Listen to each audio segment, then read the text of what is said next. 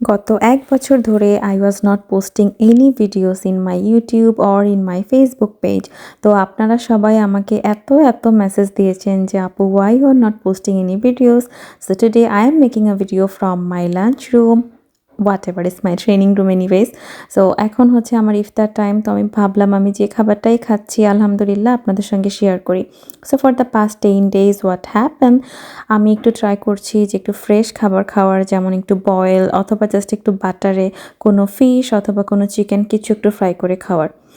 আমি অনেক হাংরি আজ, তো আমি জাস্ট গপ করে ভেজিটেবলগুলো খেয়ে নিচ্ছি, কারণ এখানে আজকে আমি যে মাছটা ফ্রাই করছি ইট ওয়াজ সো ইয়াম্মি।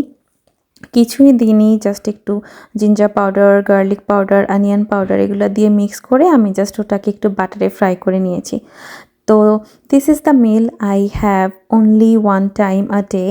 আমি কিন্তু আর কোনো খাবার খাই না, this is the first and last meal of the day. আর এখন আমি খেয়ে নিচ্ছি মাই ফেভারিট কফি ছাড়া একটা দিনও আমার পক্ষে বাঁচা পসিবল না। তো what I did today, I took coffee from my home and unfortunately it got cold. আর এটা হচ্ছে আমি লাঞ্চে আসার সময় we were selling popcorn, so I thought okay let's get one.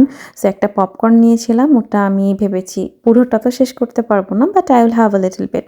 আর এখানে যেটা হয়েছে, আমি কালকে একটা তিরামিসু বাই করেছিলাম, তো ওটা আমার I am not a sweet tooth person, আমি মিষ্টি মোটেই পছন্দ করি না, but I don't know why I was feeling so weak, so I thought to get half cake for my iftar.